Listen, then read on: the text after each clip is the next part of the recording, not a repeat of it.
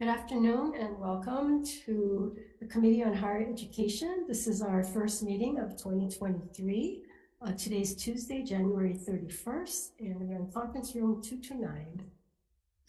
This meeting is being streamed live on YouTube. In the unlikely event that we must abruptly end this hearing due to technical difficulties, the committee will reconvene to discuss any outstanding business. In such case, a public notice regarding the reconvene time and place will be posted on the legislature's website. To my left is the Vice Chair of the Higher Education Committee, Senator Michelle Kidani, and other members will be attending a little bit late. They're involved in another hearing or meeting, but we're going to go ahead and get started since this is just an informational briefing. First on the agenda is the University of Hawaii Cancer Center, the early clinical trials update. Also, we'll discuss the tobacco tax revenue update and the Cancer Center budget. Thank you, Madam Chair, Vice Chair. So Calvert Young for the University of Hawaii, for the committee members. So President Lasner is traveling on the mainland for a WICHE meeting. So I'm gonna do my best to just shepherd for the university on the agenda items. For this particular agenda item, I'd like to introduce Dr. Ueno. He is the university's new director of the Cancer Center. He's new on the job, not past 2 months yet. So I'll turn it over to Mr. Ueno, or Dr. Ueno. Welcome, Dr. Ueno. Great, thank you very much. Nice to. Senator Fabella, welcome. Thank you. Okay. Hello. You want to introduce? Okay. Nice to meet you, Senator Kim and Senator Kidani and Senator Fabella. I am Naoto Ueno. I am the new Cancer Center Director for the University of Hawaii. So it's my pleasure to meet all of you and looking forward to working with you. I'm Clifford Martin. I'm the Associate Director for Administration at the University of Hawaii Cancer Center. I've been at the Cancer Center for about 5 years. Looking forward to meeting with you. Thank you. Would you like to begin with the early clinical trials, or would you like to begin with the Cancer Center overall? Whichever you like to start with. Okay, why don't we go ahead and start with the Cancer Center then. Okay. If you can give us an update as to the tobacco funds tax, which is the funding for the Cancer Center. Okay. And I know that the university submits to us a yearly review of what that amount is. And I know that each year it's not consistent and it's been going down. So you can share that with us. Yeah, so my understanding about this overall Cancer Center funding from the cigarette tax, and there is a general financial status that we have to really pay attention to, and there has been some decrease in overall the use of the cigarette tax. And I just came only about 7 weeks ago, so I'm in a position of trying to understand this overall financial status. And in terms of the details of the balance, I'm going to defer to Cliff Martin to give the details where we stand exactly. Thank you, Madam Chair, committee members. The cigarette tax, as you know, was instituted in 2006 and had for the cancer centers proportion of allocation had a high of something like $20 million back in 2009.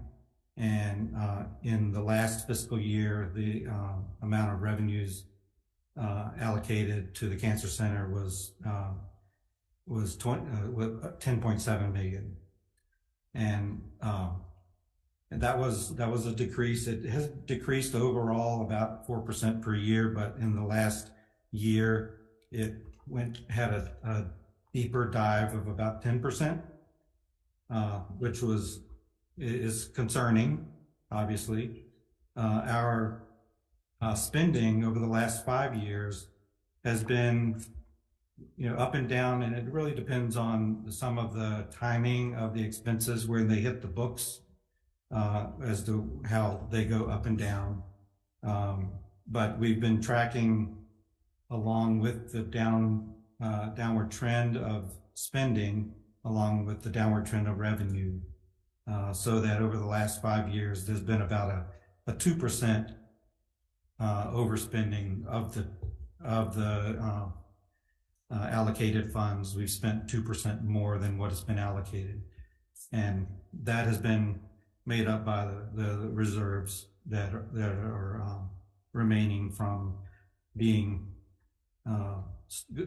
what we believe is being good stewards of the public funds. So last year, the deficit spending was about $1 million. In previous years, it's been, you know, on the positive side, as high as $1.5 million. So it's just it's a ebb and flow. A lot of it has to do with the timing of expenses, where at the end of the year, things that we think would be spent at the end of one year might actually get spent in the next year. On the way the books are developed. So from when you had an income of 20 million, and I suppose you were spending most of it, or were you saving some of it? I can't say for that 20 million years, way before my time, but I can say for the last 5 years, we've been trying to spend about the amount that we've brought in, that has been allocated to us in revenue. And like I said, overall, that's been about 2% of that. So I guess my question is, how have you made up the difference? Is it just by cutting spending, or have you gotten infused money from somewhere else? There's a little bit of both. When Dr. Holcomb came on board in 2016, there was a additional amount that had been allocated to us from the University of Hawaii, and made up for some of the deficit that had been incurred in the past. Also, there were some strategic changes in how we spent those funds. In addition to not hiring where we didn't think we needed to hire people, and through attrition. So we've also made some changes in during the pandemic. We saved about 20% on electricity. That saved us a lot of funding. Well,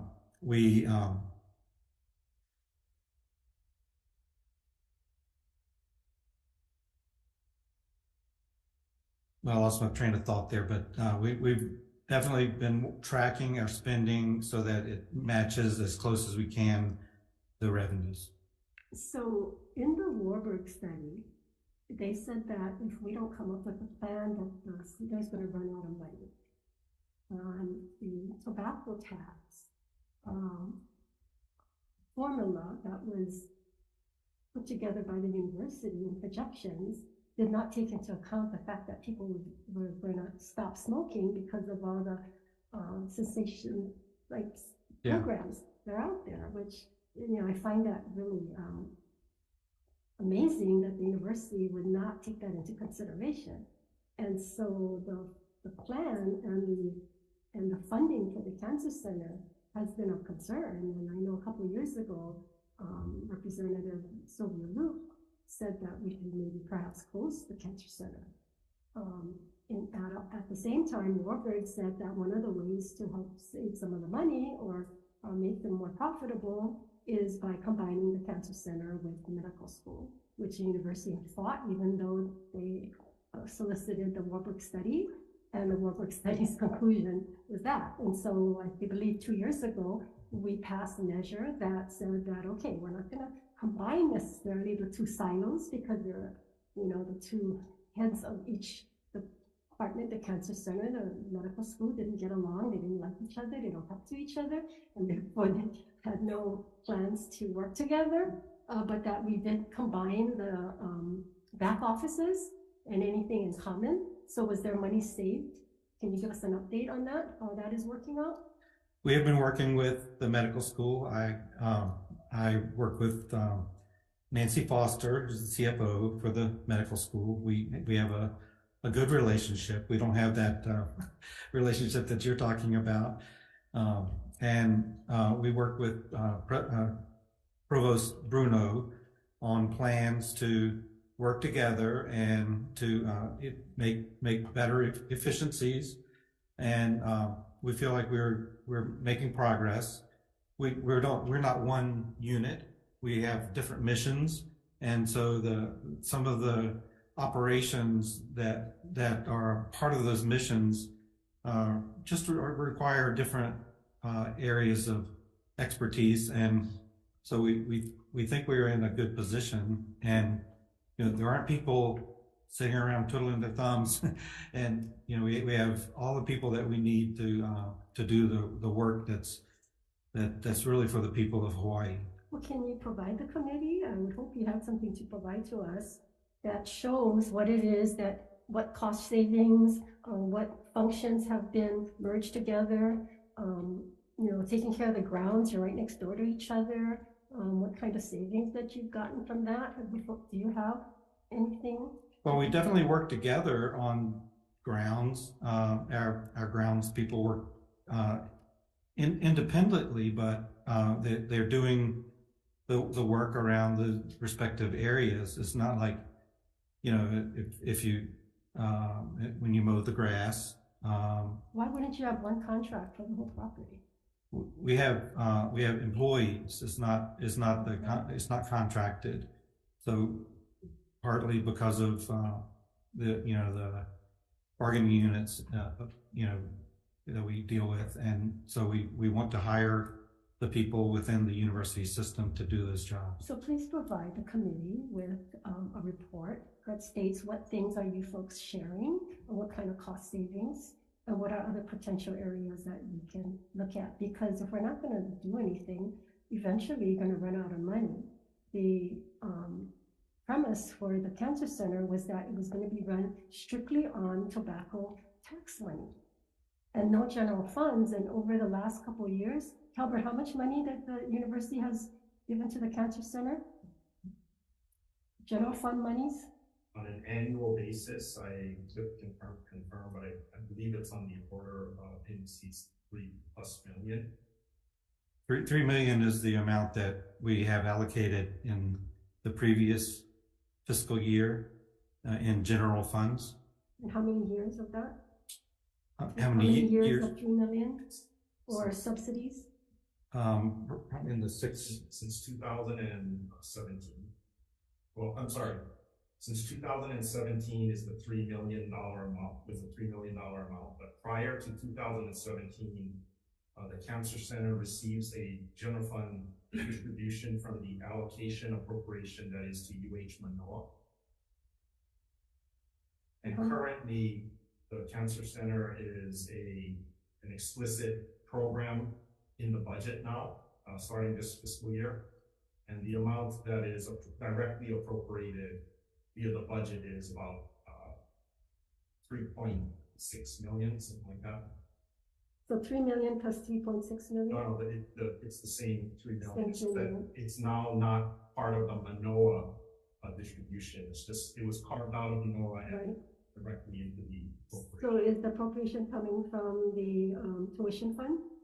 No, the appropriation is coming from general funds in the budget. I can also add. Okay, one second. Okay. So we don't necessarily appropriate that money, right? To the Cancer Center. We appropriate a lump sum to UH, and then UH appropriates. Prior to last fiscal year, so prior to this current fiscal year, last legislative session, the legislature went and carved out the Cancer Center from Manoa as a specific program ID. And in doing that, took the money that Manoa had previously allocated from the larger Manoa appropriation, took that out of Manoa and inserted it as part of the Cancer Center program ID. So the legislature directly appropriates that money now directly to the legislature. And I believe it's on the order of 3.6 million. 3.1 million then. So So every year we have to put this in, or it's in the base? Well, this is the first year that it's that way in the budget, so it will be treated as the base. And prior to this year, it also was considered base, but it was in the base of UH Manoa. Okay, so the fact that we weren't supposed to use general fund monies, that was supposed to be only tobacco monies, and the fact that Hong Kong told me that they never got any general fund monies were not correct, right? Well, even before Dr. Holcomb, it's not accurate that there were no general funds going to the cancer center. It just went through UH Manoa, UH 100. I don't believe there is a prohibition that restricts the legislature appropriating money to general funds to the cancer center. There's a mixture of funds that funds the cancer center, part of which they also have that, and then they also have extramural funding that also feeds into their operations as well. Because I think that was the premise from the legislature, just as we're being told there's going to be, the early clinical trials are going to be self-sustaining and they're not going to come in and ask for any monies. And then years later they do. So, I mean, I think that's what happened with the cancer center. Remember, do you have questions regarding one? Yes. What was the amount given to the cancer center prior to 2017? It would have been the 3 million. So prior to 2017, the reason why I say 2017, I'll come back to. Prior to 2017, the amount appropriated to Manoa within the Manoa budget allocation that the campus does to all of its programs, about $3 million was allocated to Manoa, but I'm sorry, to the cancer center. But within there, ahead of that is restricted distributions of the appropriation from state budget and finance. So there's always a restriction on the amount of the appropriation. So that money is restricted across the entire campus. In 2017, Governor Ige did start allowing for release of the restriction that was on the Manoa appropriation if the university would use that appropriation to help the cancer center. And so that was the arrangement. And that made the allocation whole, about 3 million. So that was what the cancer center has been operating. In last year, with the movement of the creation of the separate program ID, all that really happened was the record keeping of how much would the cancer center previously get, but out of the Manoa totality, and then just appropriate that directly to the cancer center. And that's what you see in the budget. But with the restriction, it was 3 million. No, it was like, well, it was like 5% across the entire campus. So 3 million minus 5%. It's like the entire campus is 5%, which equated to The initial allocation to the cancer center for general funds 3 years ago was about 3 million. The restriction amount was 2.4 million. So it was it ended up being a total of about 5.4 million in general funds that was allocated to the cancer center. In addition, there are other allocations of pots of funds that the university supports the cancer center with. What does that total? I'm sorry? What does that total up to? There was about 2 million in tuition funds. So we saw the allocation from Manoa to be 3 million plus 2 million, 3 million general funds, 2 million tuition funds. That's our total, that's our allocation from that could potentially pay for permanent salaries, which is what we do. That's our obligation to pay for general funded positions. In addition, the governor released funding of about 2.4 million one year, 2.6 million the next year, 2.7 million the next year. And then that has ended as of a couple of years ago now. I'm confused. So the 3 million they got, and then the governor released 2.4.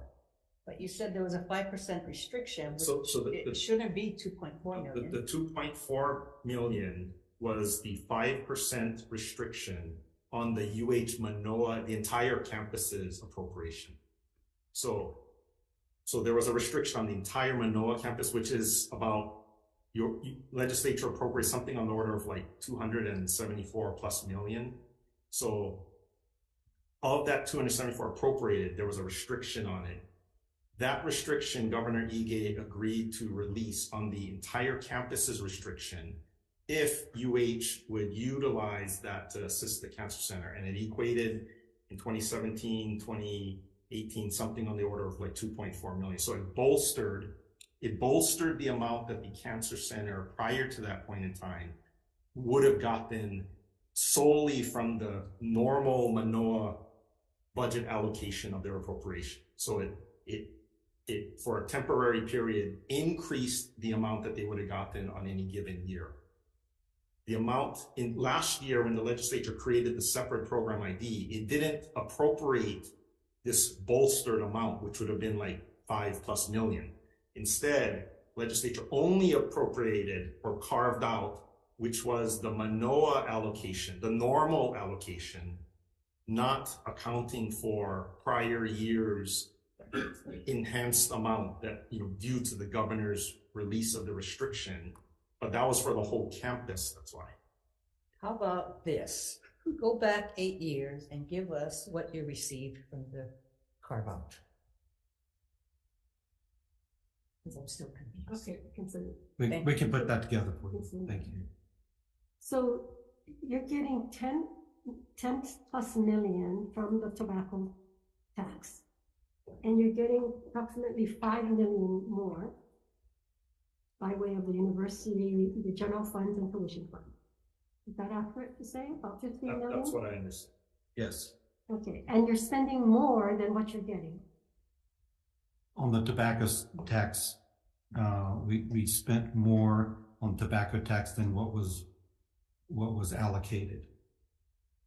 The reports that have previously been provided for each of the last 2 fiscal years indicates that on a fiscal basis, the amount of cigarette tax revenue that is allocated or distributed to the Cancer Center Fund, so that amount of revenue has been less than the amount that was expended from the Cancer Center Fund in that fiscal year.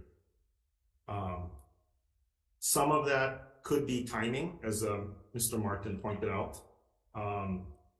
Others could be it's been afforded by the reserves or the positive ending balance that is in the Cancer Center Fund that has built up over time from prior years when the cigarette tax revenue was well in excess of the amount of the actual expenditures. So how much is in that reserve currently? Currently about 18 million. 18 million.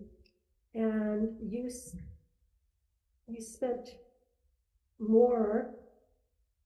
What did you say? You spent 10% more? Most recent, you spent 10% more than the, what's in what? We spent, last year we spent 10% more than the revenue. Yes, 9%. More than the tax revenue, not including the monies that the university gets you. Or is it the entire amount? More than, Mr. Martin's talking about the revenues versus expenditures only out of, or into and out of the Cancer Center Fund from the cigarette tax revenue. And I would also point out that by statute, the cigarette tax revenue by statute is supposed to cover the existing debt service that's on the revenue bonds that were sold to construct the Cancer Center back in 2010.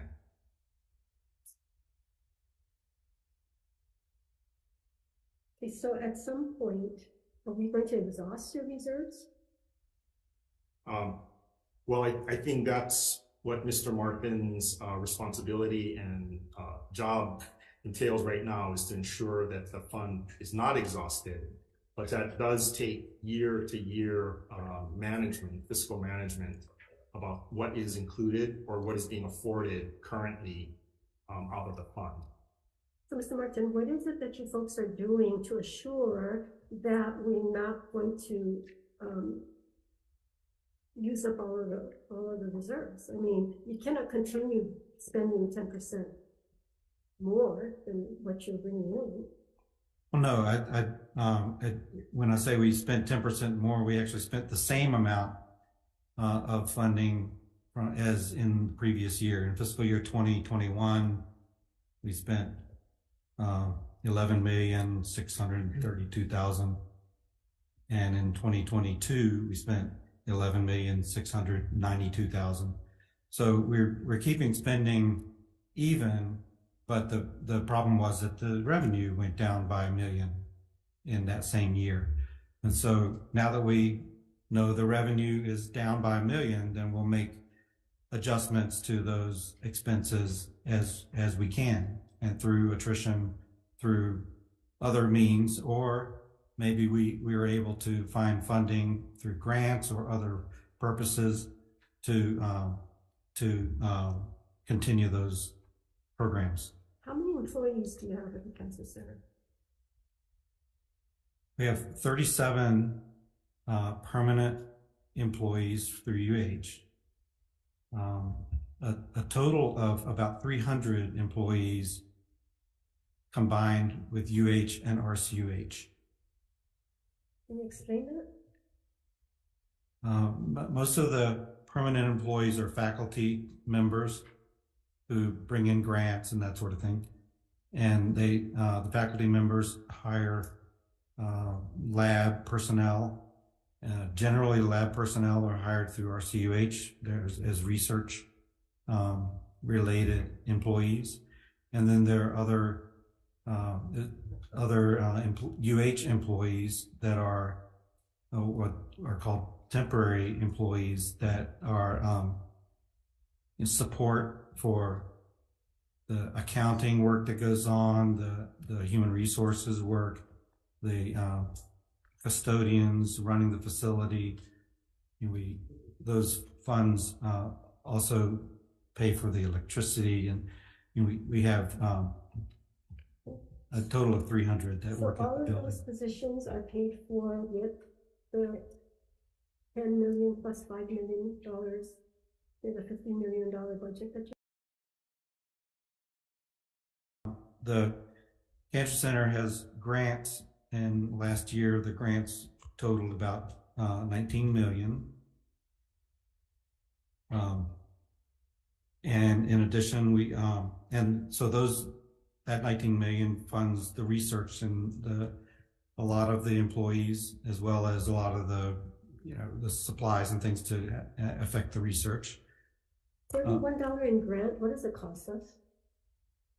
I'm sorry, say it For again. every $1 in grant, what does it cost us?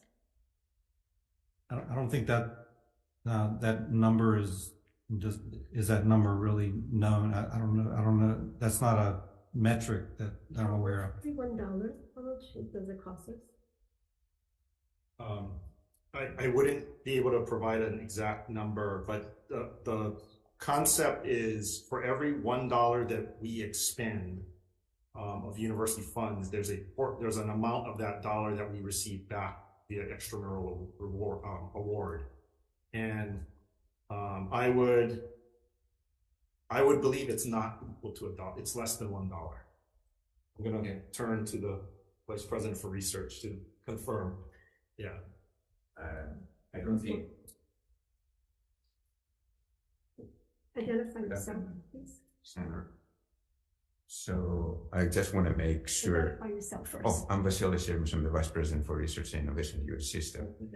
So I just want to say that the research we conduct, we do not break even.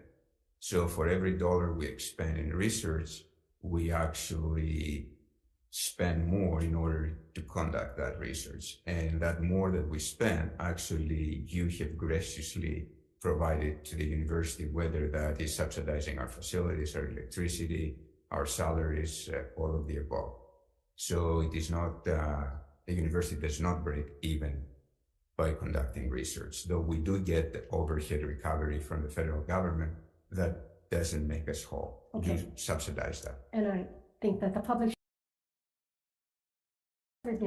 seem like we're getting all this money, but it does cost us. Absolutely. Right? Yeah. Absolutely. And as a public research institution, I think we should do that, and it is in the best interest of the state to do so. But in transparency, we should be clear as to what exactly it costs the state. Absolutely. It's not all free money. Absolutely, Senator. So are all your researchers paid researchers? If you're asking whether if all our research Are they on paid staff? out of extramural funds, Well, are they on staff of the university, or are they researchers that come in from different universities, or are they grad students? the majority of the researchers are UH researchers or RCUH employees. We have very few other researchers coming from other universities, and of course we have hundreds of graduate research assistants that actually being paid from these grants. So the UH researchers, their salaries are paid from the grants or from general funds? Both. Actually, there are researchers that they're 100% out of extramural funds. There are researchers that they're 100% on general funds. And then there is a mix of the two. Can we get a list of that? We can. We'll try. Which researchers are 100% on the grants and which ones are on general fund and what portions of general fund? Yeah, I would ask for some clarification because there are faculty that they do research and. Okay, and then you can show if they teach. Okay. One column for teaching. We'll provide that information. Members, any other questions for Mr. Basilis before? He'll be back though. Okay. Anything else on the Cancer Center? Mr. Wena, Dr. Wena, did you want to comment at all? Being that you've only been here. Thank you for the questions, and I think it's a good questions that you're asking. So I appreciate those questions to be asked, and I can't really comment about the finance really at this point, but I could just talk about the relationship with medical school. So I think I'm coming here with no, issues with the medical school. So I am also appointed as assistant dean of the medical school for the oncology alignment. So the two institutions has to be separate in a way because of the NCI destination, and there are different rules that we have to explore. But I do agree that it's important to work together. So I am more the interim dean, and also the ex-dean. He's still the dean. And the goal is to really work together so that we have a much more clear alignment in terms of research and clinical activities, and so that we see as a kind of a collaborative relationship with us, so that we could have a collective impact to the community. So I'm excited, and that's hopefully that the history that you had mentioned will become a past history. So Dr. Wena, you have been in this cancer research for a number of years, correct? Yes, ma'am. I have been in this position for about 30 years. Okay. And in your 30 years, you know of any other cancer centers that is together with medical school? Not really. So it is next by, or it's actually next to it is part of the medical center, but as an institute, they're all supposed to be separate. And that's how the NCI Designated Cancer Center is supposed to be running, actually. That's not what I'm told. Mr. Basilis, did you want to comment on that? I can. Because aren't there centers across the country that combine the medical school, and the cancer center? There are some few cancer centers that they are part of the medical school. Maybe few, but I don't know I can't give you the number. So, okay. But, so how do they get their NCI designation? How do they get their NCI designation? I can't comment on that, actually. Well, I think that's really important to know, right? If we, at some point. Thank you for that clarification.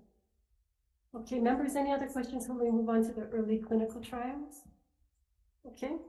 And I'm going to mention our Senator Keith Agaran, also with us, Senator Fukunaga, also, and Senator Fabella. Okay, so at the last meeting, budget briefing we had, there was a request that the Cancer Center provide us with an updated 5-year startup operations and research budget. So has that been prepared?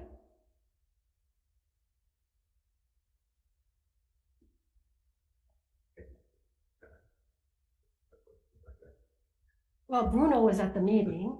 There was no one from Board of Regents at that meeting. The president was at that meeting.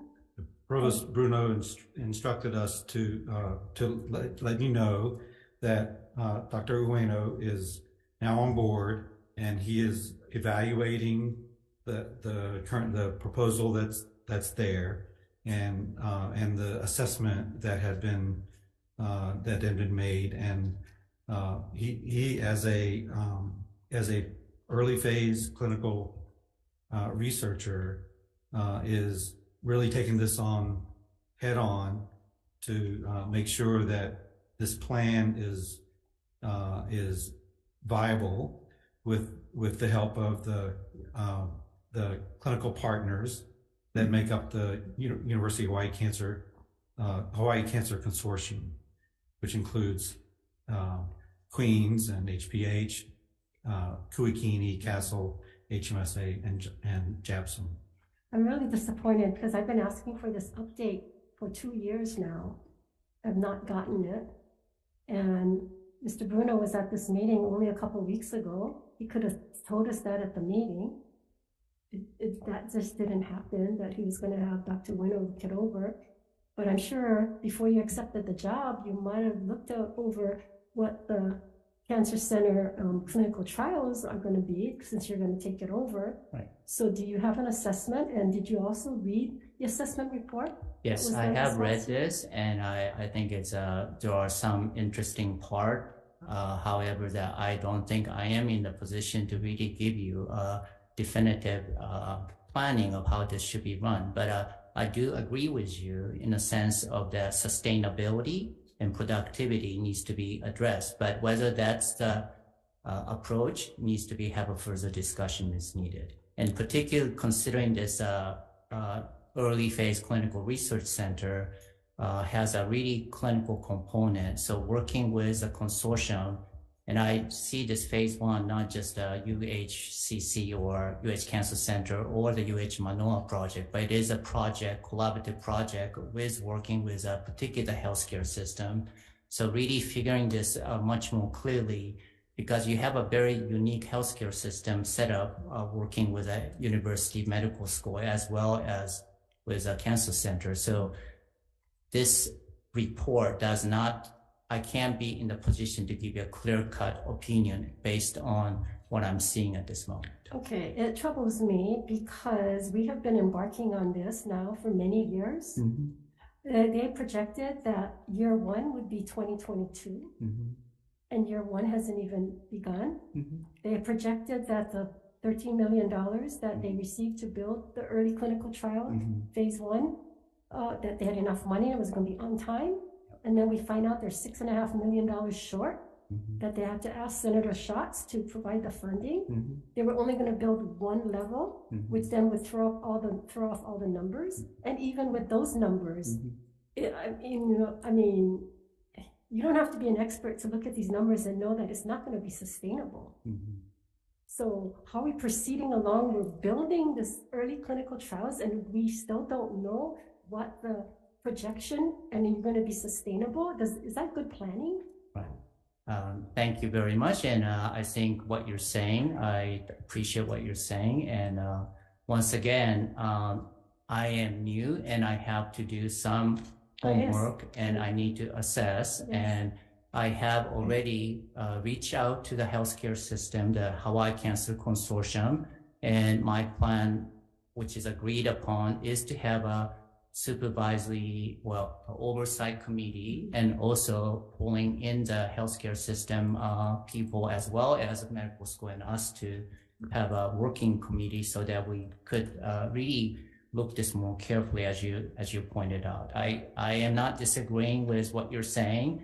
I think the timeline is not matching, that I do recognize it, but as I said, I can't give you anything concrete, and it will take really Understand. close to 9 months to really address this carefully, because we don't want to end up having a system that's like, taxpayer money is really Exactly. precious, and I totally agree with that, what you're Exactly. telling me. And Dr. Wayne, I just know, I understand you just started, but my frustration comes with, we've been doing this for years, as late as Dr. Ramos, who took over, assured me that it was going to be self-sustaining, assured me that these numbers were correct, and then he ups and leaves, obviously. We have this assessment that, to me, they're being pretty generous, but there's some serious concerns raised in the assessment that was done by local physicians and people at the Queens and HBH and university. And so, this worries have been there for a number of years now. And so you come in, which is great because now we have a fresh eyes, but the past eyes have continually drank the Kool-Aid and kept telling us, don't worry, it's going to happen. And yet we've seen not enough money to build the early clinical trials. We've not on the same time schedule, and the numbers are off. Thank you very much for the questions. And I have to say that I could feel your frustration, and you have a new director who will be probably more brutally honest about where we stand. Thank you. I hope so. That's all I could tell you. I will, if I don't know, I will be clearly saying I don't know. If I need money, I will ask for money. If I don't need money, I will tell you I won't need money. But ultimately, this needs to be sorted out, and I do need time. That's all I could tell you. But you will get I'm not going to sugarcoat anything. And I think that's my position, including everything that we're facing. I think everybody would like to have a success and have the right impact to the community. And I think I'm coming in as a difficult positions probably. So you are, but you need to know that up front. Yes, I do. And then that's one of the reasons that I think we need to continue to have communication, not just this committee, but off the committee, that I would really like to kind of learn of your perspective, so that I'm not going to ask you how to manage a phase 1, early phase trial, but your input is extremely important for me. Yes. I'm just surprised that since you've come on board and been here, that you've never reached out to me or anyone else on the committee regarding this. So I'm actually working on this now. I just, as I said, I came several weeks ago, and it's holiday season. So yes, you will be hearing from me very soon, actually. And one last thing, what promises were made to you by the university? Promises. Employment. I think you could, so the idea is to really, one is to really make sure that I think it was 37 FTE, and there's also other FTE that we will be recruiting new faculties, and what was it? Six FTE for the new recruitment. So your promise that you would get 37 FTEs and plus 6 more. Right, 6 more. Yes. You promised that. Right. You know that the legislature is the only one that can give that, right? I'm sorry. You know that the legislature is the only one that can assure that positions, and not the university. Yeah, I see. Okay. So you may not get that.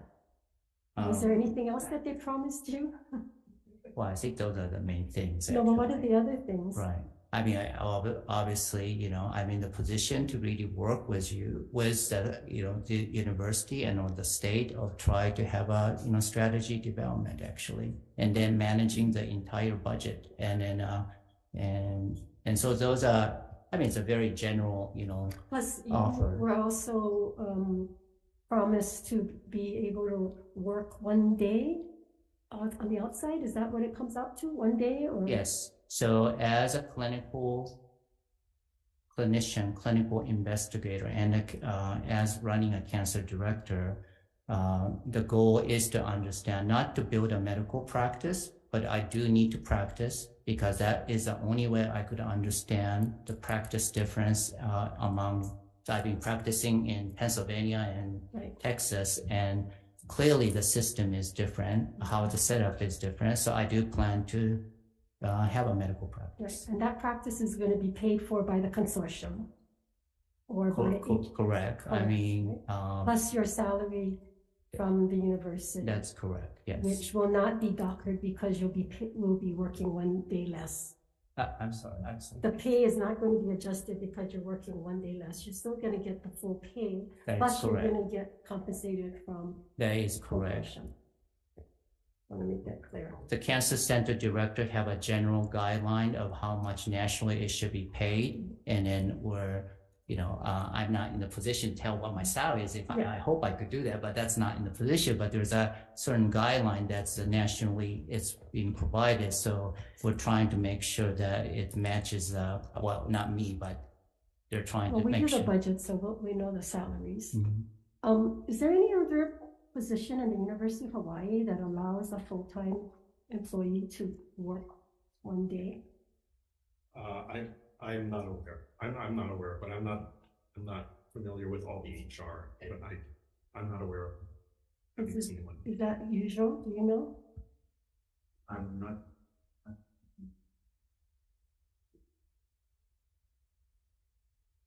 Senator, I'm not aware of any other executive managerial position that allows that, or we're doing that, but faculty are allowed to work 8 hours a week if they get permission from their supervisor. It is within their collective bargaining agreement. And what happens to their pay if they do that? Excuse me? What happens to their salary if they do that? The salary remains unchanged. Okay. Members, any other questions before we move on to the next agenda item?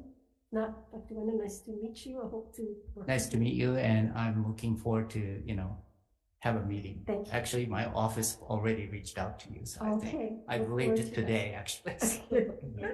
Good timing. Yeah. Okay. All right. moving Thank you on. very much. Thank you. Board of Regents, the individual assessment of the UH Manoa athletic status. Chair of the Board of Regents. Yes, good afternoon. I'm Randy Moore. I'm Chair of the Board of Regents. Good afternoon to all of the senators, chair, vice chair, and senators. Okay, would you like to give us a status report? The status report is that following this committee's informational briefing a year ago, the board met in its regular January meeting to discuss what it should do, referred the matter to the Committee on Intercollegiate Athletics, which took it up in February. The president of the university. This is the assessment on the football and athletic program. On athletics, really, as it relates to student welfare. Okay. The president recommended that the board hire an outside assessor so that we'd have some objectivity as well as some eyes that had more than the university experience in front of them. The committee recommended that to the board. The board in February said, okay, we agree. And the chair of the committee at the time said, please send it back to the committee again. We want to tinker with the specifics of the assignment, which the board did. So went back to the committee in March, back to the board in March. Thereafter, this is now the university procurement people, solicited proposals from outside people to do this. There were insufficient numbers of respondents, so they had 2 rounds of solicitation. And finally, with input from the chair of the committee and myself as the board, we selected 1. And then the university procurement folks negotiated a contract executed finally in August. The contractor started work because of people's travel schedules and availability. The consultant is, I believe, based in Atlanta, so he's kind of far away, but clearly has a picture of the national athletics, intercollegiate athletics scene. He was physically here the Halloween day into early November, conducting a series of interviews. Went back conducted some more by Zoom. When we asked him in December, so where's the report? He says, well, we still got a couple more to do, which I want to do after Christmas.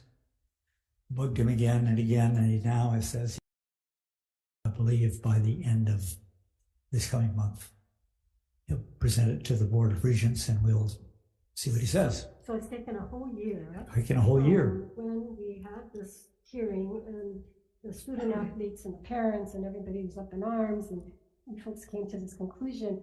Have you, since your meeting that you adopted this, that you're going to hire this consultant, have you updated the public and the board on this, on the status? I believe the board, but I don't recall the public updating. Well, you know, that concerns me because on March 3rd, the board recommended that they hire College Sports Solutions to conduct the independent assessment, March 3rd. I don't believe so. Yeah, it's in your minutes. We took it down. Okay, and per the minutes, it says committee recommend board approval of proposed terms for the independent assessment of the University of Hawaii Manoa Athletics Department, operations relating to student athlete welfare and communications. The minutes state the assessment will begin on or before April 15th and completed by June 14, 2022. 60 days and may be extended for an additional 30 days to end not later than July 14th. That was what the report that you have. And on 3/17, the Board of Regents approved the decisions for the independent assessment. $75,000, I believe, is that what was spent? There clearly is not what happened, so let me get back to you as to what actually happened and why.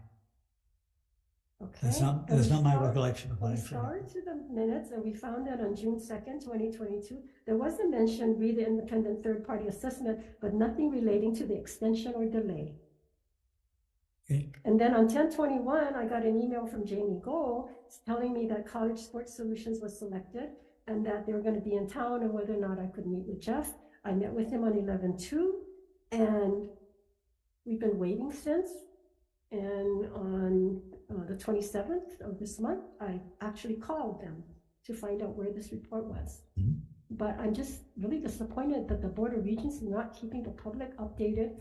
When you folks make these kinds of statements or in your minutes that it's going to be completed by a certain date and it's going to take 60 days and it's a year now, that's very troubling. It is way too long. I completely agree with that. We have been bugging him. So have you paid him? No. Maybe we shouldn't.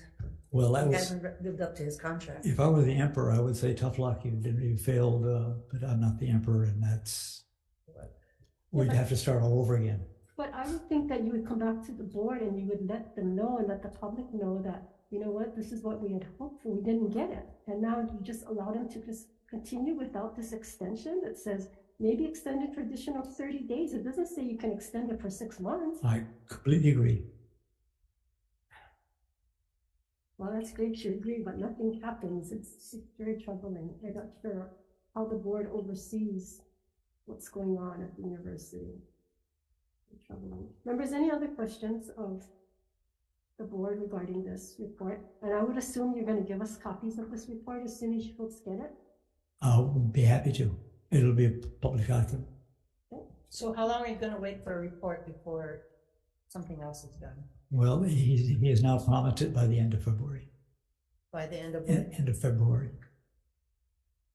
2023. 2023, we hope. Thank you. Okay, if there's no other questions on that, we'll move on to student housing. I know a lot of people are here for the last agenda item, so I'm going to try to get through this as soon as I can. Student housing. So under the student housing agenda item, Oh, I'm sorry, I missed one. Oh. Sorry, I missed the RCUH revolving funds update. Sorry, Basilis. I didn't mean to. I thought I was off the hook. Members, I did give you folks handouts about revolving accounts and the list of all the revolving accounts and its balances that we looked at, which has come to this position that we're in now. So we have been working on the revolving accounts, moving them from RCUH to UH for the last 9 months. We are pretty much done. It's going to be completed as of June of this year and as of July 1st of 2023. All these revolving accounts will be at the university, so you can see their balances, you can see the transactions, Calvin can see the transactions. Everybody is aware of those. Okay, so the concern was some of these special funds really did not meet the criteria for special funds, right?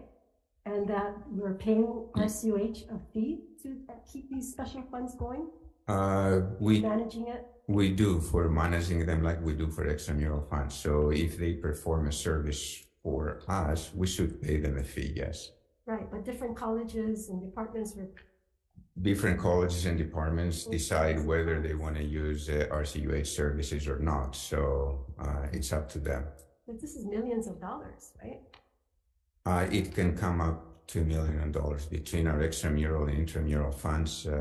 It is around, So how much money is the university saving by pulling back all these revolving funds? I don't have an answer, but I would think for the revolving funds, if we do the transactions internally, we will save around $1 million. $1 million by bringing all these things back in-house where it should be. If we do the transaction, procurement and the employment within the university. Okay, so let's talk about how we spend the $1 million. If we save it, yes. How are we going to spend it? I don't know. Well, you can do promise, you can do S397, you can do all of those things, right? You just have $1 million, thanks to us bringing this up. But this is research, so maybe we should invest it back to research. Well, I think we have to use it. You know, scholarships are good. Promise program is one of the top I understand that, yes. goals of the university. So here we have $1 million extra they can use, right? Right, Calvert? We could actually use it in research center. I'm sure. Well, you can have part of I'm it. sure Vice President Sirmos will do a lot of diligence in assessing where it could. Okay, thank you for that. Let's move on to student housing. So for the agenda item for student housing, one of the areas that you wanted update on was the NOAA student housing project. So that I will cover for that. Vice President Govea can speak to the broader other issues related to student housing. So I'm not sure if this item was updated previously for the committee. So I'm going to provide some background. So the NOAA project, NOAA, stands for it's the former National Oceanographic and Atmospheric Agency site. It's a building or a property area that is it's on Dole Street, across Dole Street from the School of Hawaiian Studies by the Lo'i, across from Lo'i. It's sandwiched between East-West Center Road and UH faculty housing apartments. Okay, so that's the area. It's the former federal site. The university, the feds transferred it to the university, I want to say sometime at the turn of this millennia, so around early 2000. It's one of those where it's federal surplus property. They were no longer going to use it, so they vacated it and they turned it over to the university. So the university is planning or has desired to redevelop that property into housing, so student housing, more particularly targeting graduate, student, family apartment style housing.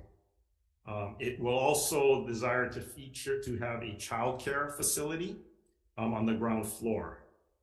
The project is being structured as a P3 arrangement because the university did not want to put in any money, and we haven't asked the legislature for money for the project, so it's structured up that way. The estimated project cost is somewhere in the neighborhood of about $145 million. and we were targeting or desiring to have it open for occupancy in the summer of 2025. Okay, the scope is looking at somewhere around 315 plus units that will accommodate about 560 bed units. So that's the project scope. Where are we today? This project was RFP'd back in November of 2018. A developer partner was identified and has been working on this project since then. The work included trying to secure entitlements, trying to develop a project design, trying to work through the overall business structure that would make this achievable for the university's objectives. That includes going through the environmental assessment process, the entitlement process with the city, all of those. As of today, right now, the university is working with our development partner on their last steps about packaging all of their project scope, that we have to make a decision, are we go, no go? So we are not there yet because we are currently assessing the project viability with the developer. There are issues right now that we're looking at on my side. There's financing and economics issues. Since this project was originally conceived, the interest rate market has moved in a direction that's not favorable. There's also been project material cost inflation, construction cost escalations. So those are the things that we're currently looking at assessing.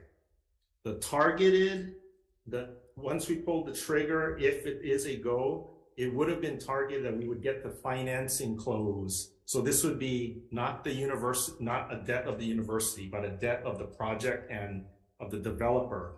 It was anticipated that we would be there in around May of this year in order to get to a project completion in the summer of 2025. So right now, as we sit, we are currently assessing how viable this project, if this project can still be delivered for what the university originally set as its deliverable objectives. That assessment includes myself, Vice President Govea, our Director of Strategic Development and Partnerships, General Counsel's Office. We also have external consultants that are also working to try and make this project viable. It does add a significant amount of student housing stock, especially in the graduate level family apartment. We don't really have any of that in inventory in student housing. So this will be new inventory for that student market. But again, I want to say we're probably within 30 days of trying to get to a go, no go decision. But there's a fair amount of mechanics that have to be assessed on the project. Well, I'm glad to hear that. As you know, our housing shortage, I think that the university has a role to play in providing housing that students don't compete with the general public or some of the housing units that are out there. So the more units you folks have on campus will certainly help that. Now, this parcel has been vacant for over 6 years, is that correct? Prior to COVID? 6 to 7 years? Oh, I want to say it's been vacant since 2004, maybe, right? No, I think it was forever. Well, okay. So at least 2014. Okay, so prior to COVID, when did you guys embark on Atherton? So actually the NOAA project was 6 months behind Atherton. Yeah, so actually this is an interesting case study. So I'll digress because this is interesting. Well, So Atherton was 6 months ahead of the NOAA project. And but 6 months ahead, but NOAA's been vacant longer and available longer than Atherton. Atherton only became available shortly right? Well, prior to middle of 2018 calendar, the university did try to do something different with this property for one of the colleges or one of the schools, for them to develop it as an academic building, and that didn't work out. So this was, I'm not going to say plan B, but it was an alternative use that hit different marks. The first use that I mentioned was not a housing. It wouldn't have addressed a housing issue. This one addresses housing and childcare issues. But the interesting part is this project embarked 6 months after Atherton, so it would have been scheduled to follow 6 months, but the timing along that 6 months difference, a lot changed in the broader market. Interest rates moved significantly in those 6 months window. Inflation, COVID happened, unfortunately, within that time in spring of 2020. Those things incrementally pushed back NOAA where it was in the process. So now it's approaching 18 months behind where Atherton. So it's an interesting case study about how that 6 month window, so many things happened that will now affect whether this project is go, no go versus, Atherton. We're actually scheduled to open the doors of Atherton in August of this year. Which is my point. So, the priorities at the university, you guys always talk about how quickly you built Ching Field. I mean, the priorities is to housing versus, renovation of a football field. It's like, where are the priorities? Because we're going to come to Hale Noelani next, and that's going to show another 4 years vacant for 4 years to renovate that. And we're talking 800 beds there that has been vacant and displaced students. So, I mean, it's a whole problem with the university. For some reason, I'm not sure what the priorities are.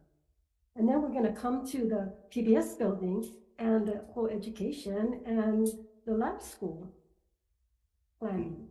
And then looking forward to it. And then you give them what, 1 year notice? Is it 1 year notice? Give who 1 year notice? The school, 1 year notice? No, that's not true. That's not true? No. Okay, well, we'll get to that. Okay, so the Hale Noelani. So Hale Noelani was constructed in 1978. There's been no significant renovation to that building since then. There are about 530 beds associated with Hale Noelani throughout 152 rooms. It's my understanding an assessment was done of the entire complex, because Hale Noelani has about 5 different complexes, like 3-story kind of units. In 2017, the assessment was done, and I understand that it was taken out of service roughly in 2017 as well. So I think the condition of the building caused the program to assess its condition for residents. I cannot explain. I was not part of that decision-making process and have not been. Recently, I was asked last year to take a look at what the Manoa Facilities and System Facilities Office could do to help the student housing facilities team, which was a separate unit reporting to a completely different person. And so I did start taking a look at it last year, not just Hale Noelani, but all of the buildings. I think there are about 21 different buildings there. So my understanding is there were plans in the making for the renovation or the rebuild for Noelani. And then the president halted the renovations until you took over. Oh, And then to hire someone. I understand that finally somebody was fired, and then you hired a new person not too long ago. well, I have not heard of the president ever stopping any plans to renovate anything. Well, they wanted to wait till you took over in the reorganization so that you could take over the project. Well, That's not correct? no. Okay. I And guess I my don't think source. anybody was fired. I've never heard of anybody getting fired either. The person running housing was fired. The new director of housing is now Dean Shimamura. Came from DAGS. Right? Okay. So the So person my that, sources have been accurate in most areas. well, the director that was in charge of student housing, prior to that, I think his name was Mike Caput. He was the permanent student housing director. I think he left on his own, take another job on the mainland. Okay, so that was. I don't know when, sometime in like 20. Okay, well, that's not necessarily the crux of this whole thing, Okay. but again, it's like timing. You folks can move fast on some things Oh. and get just so That's- slow like molasses on others. Well, without being too disparaging, to be very honest, the state of the student housing facilities reflect probably decades of, Neglect, yeah. and that's upon the university, right? Well, I cannot speak for the people that predated me. No, I I was just understand, again but asked to look at it last year. again, so this president took over when he became president? 2012? Okay, 2012 to now, and it's been deteriorating ever since. yeah, I mean, again, it was Okay, separate. It was probably deteriorating well before. yes, That it was, I but think student housing looks the exact same when I went to the university. But again, the university have to have priorities on how we treat our students, and we're collecting fees, and we're collecting tuition. We have a $350 million carryover, and we're placing our priorities, $35 million to add 5,000 more seats in the stadium, and to move the field, $35 million, and we can't prioritize our housing. Well, we are prioritizing housing.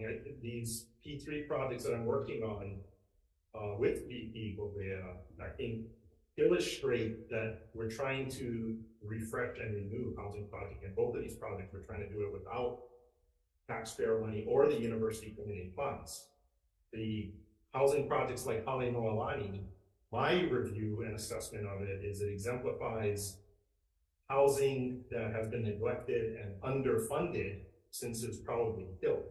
The price that UH charges for housing is so significantly below market and never increases that no reasonable landowner or landlord would ever be able to maintain their personal property if they ran their personal business the way university has been running student housing. So, But the university is the one running it, so ultimately, well, that's why I unabashedly say between having Jan Gobea and myself and the other vice president management team at the university, there are a lot of significant changes that have been evolving that are changing what has historically or culturally been done at the university, especially in the area of finance. and I think part of it is us holding you accountable, because as we speak, the $35 million project for Ching Field Edition is being done, and the deadline is by the next football season, and yet our housing is still lingering. So I guess it's, again, where are the priorities? And the housing one would be easier if I could get public funding for housing, but that's not part of the NOAA project. Yeah, well, you guys came in for Sinclair, but you didn't come in for housing or funds. I'm just saying, again, you folks are the master of your destiny. You folks are responsible for where we're at. And whether it's on your watch or somebody else's watch, you've inherited that. And what have you been doing in that time? And that's all we can ask you. So there are no concerns. So the budget doesn't reflect what the priorities are. Again, that's another concern that I have. The ask that you folks are asking for, instead of you're asking for housing, no, you're not. You're asking for other stuff. We may be coming back and asking for housing, CIP, after we really had a chance to, take a look at all the buildings. After so that, 6 years, you took you that long to look it over? well, yeah, I personally have not looked at it until now. Okay, members, any other questions? Sure. Okay. Okay, I'm glad you guys told me the date 1978. Problem is, what was the maintenance and the upkeeping from day one of that building? Because this is the same thing that I've been saying to my colleagues. We shouldn't be in the business of building or fixing anything. The university cannot take care of it. You wasn't born, you said, when the building was there. I don't know. So, I was born. okay, this way. What I'm saying is, we're not in the business of taking care of our stuff, and then we get students that we're putting their lives in danger by having this kind of inadequate equipment and buildings. I got a question. So we're fixing all of this stuff. Do we have that kind of demand? Because I think we should build some in the West, by West Oahu. But the bottom line is, we're building and we're going to refix something in 1978.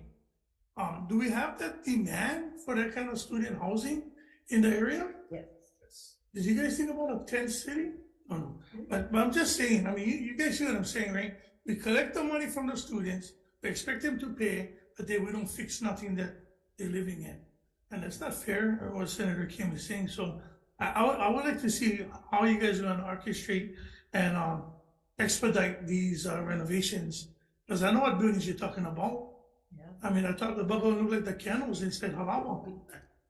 But again, please, if you guys can just take care of children, that would be nice. Well, Thank the you other thing guys. too is, there's actually, by statute, there's actually a housing, like a special fund, like a revolving fund that's in the statute for on-campus student housing. So this thing is not supposed to be where we have to ask the legislature to put in taxpayer dollars. Exactly. It's supposed to be priced at an amount to afford for maintenance, but again, I wasn't old enough to be working back then when this thing was created, but it's the inherent history and culture that's, arguably it's the state. I mean, this is like typical, right? And now you fast forward 50 years and you got buildings that are run down that you never amassed a reserve or savings to address it. And now what are you going to do about it? Because these are tens of millions of dollars in repairs, right? So, and you can't possibly adjust the fee on a tenant or a student now, not to cover it. So what are you going to do? So that's why the university we are still looking at other creative ways to get there and address the issue, short of having to just bump this thing up all the time. Albert, we hear you, okay? But my whole thing is that since you folks have taken over, what steps have been done? Trying to come up with all of this. I mean, how many years have I been on this committee asking for accountability? So yes, I hear you that you inherited it, but we got to start making inroads, and you can't just keep telling me that you inherited it and you're looking at it. They argue In the football field, inroads on Atherton, but not inroads in this area. See what I'm saying? Okay, let's move on. Unless there's more questions. Okay, thank you. Can you now give us an overview of what is planned for the site, for the PBS building, the lab school, the College of Education? So this is the long-range development plan of College of Education / the PBS building. Okay, before you say that, I've got a lot of testimony or written statements from people. And one of the things they point out is that the last hearing, President Lasner said that the university has no connection to the school, or the school has no connection to the university. And I've since received a number of letters saying that is incorrect. So can you guys correct that, please? As far as I can tell, the University Laboratory School, only by an affiliation agreement, is affiliated to the university. When the University Laboratory School was first created, it actually was a university program. Mm-hmm. It has since evolved or moved over to a public charter. So whereas it originally started where it was a university program run by university employees, all of the university's curriculum, research, and development was run through that as a University of Hawai'i Laboratory School. That is no longer exists. That's not how research and curriculum development is done. And I will say University Laboratory School is not a program of the university. It's not run by the university. Mm-hmm. They're on university property. Mm-hmm. And that affiliation agreement is the only real evidence that I see of any type of connection to the university, because they are not exclusive laboratory curriculum research. The university actually does curriculum research through the DOE, in the DOE, so in broadly throughout the state.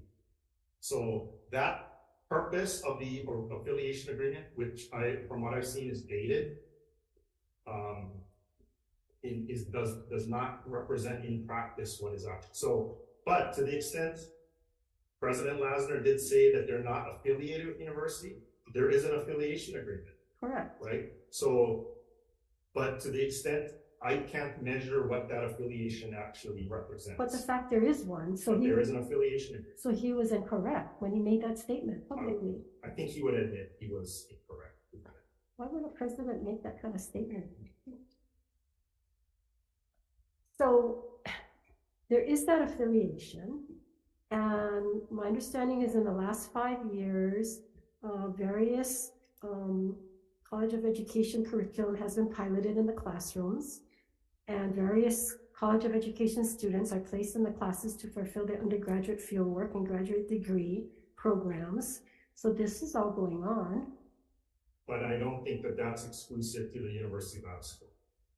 I believe that all of that can be said about a number of other schools, other DOE schools and other charter schools. Okay, but the other schools don't have an affiliation and they're not on UH property, right? They have to have some arrangement in order for us to do that.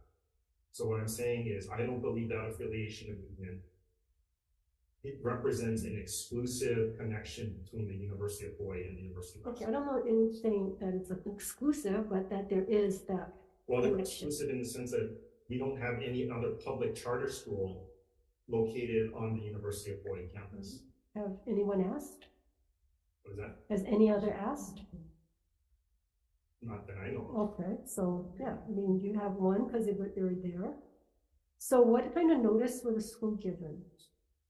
Notice for? To vacate or? They haven't been given any notice. They haven't been given any notice. This is a non-event. Okay. So what is the plan for this parcel, or this whole area? So as I said at the last meeting, the PBS building, which exists on this parcel, is scheduled to be demolished, hopefully before the end of this calendar year. At that point in time afterwards, our intention is to RFP for a lessee to develop the property, the PBS building property. On this property is also the child care, University of Hawaii Manoa Child Center is located on this property. The plan is that if NOAA can be built with the child care center in it, that we would relocate the child care center at Manoa, child care center on this property to the NOAA property. But as I told you earlier, even on the current schedule, that's not till summer 2025. The College of Education is currently located also on this property. The plan would be to construct a new College of Education facility on the Manoa campus proper. And then to relocate College of Education to the Manoa campus proper. But I think, as Vice President Boveda will tell you, that site is not appropriated or constructed yet. So how long does it take to construct this site? I mean, I don't know what, there's a time horizon that would be present. So I don't know, in my head, nothing in Hawaii gets developed fast. So I don't know, I don't know if this would get done before I reach my retirement age university. We're talking in excess of 5+ years conception. I mean, even if I was the most optimistic person in the room, we're talking to get all of this done. So I think what I said at the last meeting was that the university has plans or a vision that entire block would get redeveloped for university village, housing, commercial potential, retail potential. But there's current uses already on that block that includes the university laboratory school. So I never said any particular time or time horizon. And realistically, for all practical terms, I don't know when this would actually be realistically feasible. I'm certainly not going to give you a date unless you hold me to it, because it's development. Real estate development takes years. A school really needs to have advance notice if they're going to have to find a new location or something else. I don't disagree. And I think I even said at the last meeting that if we ever get to that, my intention, Albert Young's intention, would that we would give ample notice. What is ample? Right? And it's on the order of years. I think you have to be more specific than that, Calvert. So if you could say ample time, are you talking years, 2 years, 3 years, 4 years, 5 years? I think realistically, we're talking like anywhere from 3 to 5+ years, because even for us to develop a parcel like that, it takes years worth of planning. So we would know this, but right now we do not have any plans. We don't have any actionable plans, because the steps that would have to occur, PBS building, we need NOAA to get constructed, we have to move the child care facility, we got to move College of Education building, we got to get all of those steps, each one of them could take years, right? So that's why I say this is a non-event. I'm not going to take blame for having the University Lab School bring all these people out. Nobody's blaming you. Because this was not, they were not notified, because there's nothing to notify them on. There's nothing to notify them. We have no plans. So in the development, are they part of the plan? In the future development? Because you're talking about all the other stuff, child care, all these other development. In the future plans, are they part of you guys' plans? And consistently going to be I don't think try to help them? we're that far to say yes or no. Okay. Yeah, I mean, because we don't know what we would be able to build there, or what we would. The only reason why I bring this up again is because, okay, now you're talking about 5 years from now. 5 years from now, the University of West Oahu will be probably booming. The numbers in Manoa probably will be declining.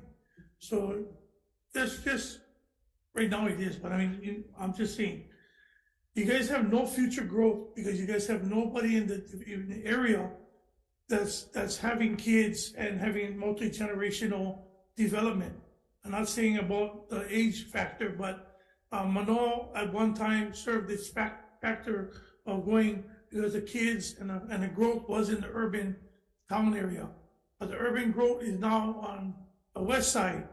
And this is what I always bring up all the time, and I'm not trying to be biased or anything, but knowing that the urban growth for decades was predicted on the west side, we're still slow in moving that parts. And with all the falling apart buildings and falling apart things and trying to put things together to try to build it or fix it. Why wouldn't we have a co-plan for both sides? Start developing more on the west side so you can accommodate other things, and then maybe when you guys are not using certain buildings that I hear some of them is vacant, that you guys can figure out how you guys are gonna work together with the schools and the other facilities like childcare and all that. I'm nodding in agreement, Senator, and the demographics, the population demographics actually bear that out. If you look at the elementary schools that are around, the public elementary schools that are around UH Manoa, the demographics support that, right? If you look at the population of the DOE schools in the West, demographics support that. So I would say that as far as real estate development goes on University of Hawaii land, it is not only Manoa or UH West Oahu or, in other area pockets. We are looking at, we're doing that whole, across the spectrum, because there are different needs, and the demographic shifts in the population do present challenges and opportunities that the university could address. So the housing issue is a big one, right? Because if we can't provide additional housing, whether it's on the west side or at Manoa for our students, those students are taking up market housing and further, utilizing inventory in the general marketplace. So doing housing on the west side or on windward side even, or at Manoa, those are opportunities that I think the university can, and there will be some benefit to the university as well. But it's not where we're focusing on only development at Manoa. We're trying to develop our property at the West Oahu as well.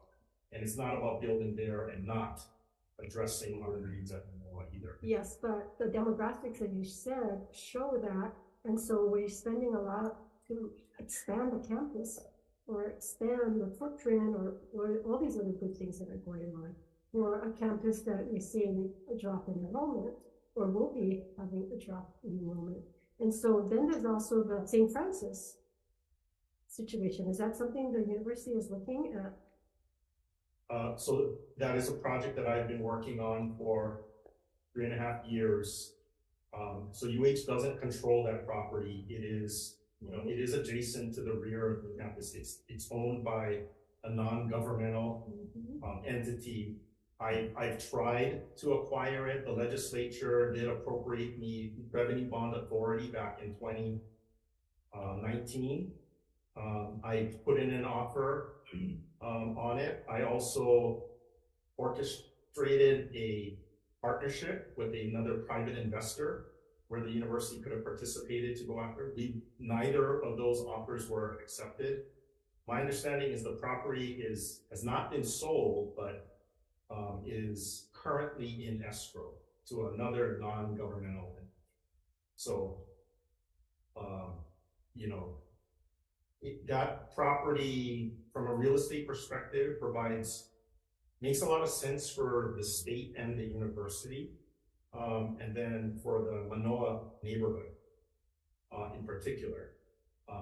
But again, we don't control, the private owner who they want to select. And also, UH, we have not asked. The revenue bond authority has since lapsed, so that is no longer valid. We have not asked for appropriation. I have this legislative session, though. I understand Senator and the area representative from Manoa. I have spoken and support, and they have supported the idea about, if the state via UH could acquire the property, which is, we of course would be supportive. I would be happy to work on that. But again, this is a private transaction. We can't control who they would. Right, but if it's an escrow, that means it's been in escrow a number of times. This is not the first. This is not the first proposed buyer. There are issues on the property, entitlement issues, burials. There's a river is one of the boundaries, so there's riparian issues. All of those things are significant, or access issues, because the road entry is a private road in Manoa. It's undersized. So there are issues on the property. A lot of them are mitigated if it were the university. So that's why it does make more sense. But there are issues. So it's in escrow right now, is my understanding. We did recently speak with the broker representing the landowner 2 weeks ago. It is in escrow. It's been in escrow before. The hope for them is that they can, get to a point where they can close on their side of the transaction, but that would be a private transaction that UH and the state is not involved in. Okay, any other questions? Carol, you have any questions? Go ahead. I guess as a follow-up, I think for many residents in the Manoa community, they have been very concerned about proposed development, in the Manoa Cemetery area.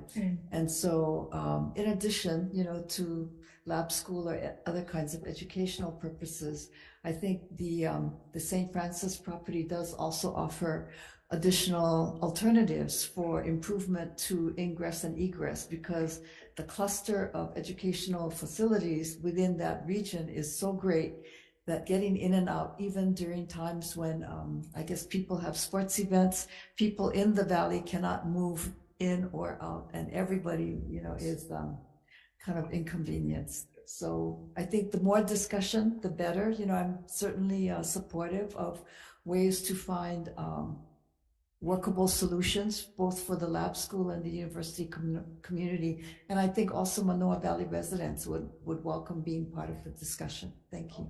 On the St. Francis, over the last 3+ years, I personally worked with a number of Manoa community residents and organizations, understanding what they desire about St. Francis, how it could help the valley and the neighbor, and have an idea about what UH could do that would help address the issues of, the valley. Traffic is a big issue. I mean, just for us to get down here, coming through Vice President Govan, I mean, we're running mid-Pacific. But at this point, like you said, it's in escrow, and there's not much you can do at this point. So I would like to ask you going forward that you folks would reach out to the lab school, and as you folks develop ideas as to what's going to be their fate. My door and office, as you know, Senator, has always been open. Okay, so I will always welcome communication. Frankly, I don't see anything that I need to inform anybody, because I don't have any plans. No, but before you even formulate your plans, is it possible to meet with them to find out? That would be the intention. I think they would. That would be the intention, but we're not. I don't even think UH is there yet, because we haven't even been able to knock down the PBS building. That thing's been appropriated for like 4 years already. Yeah, and I have heard from Governor Abercrombie, who insists that building should be renovated and reused.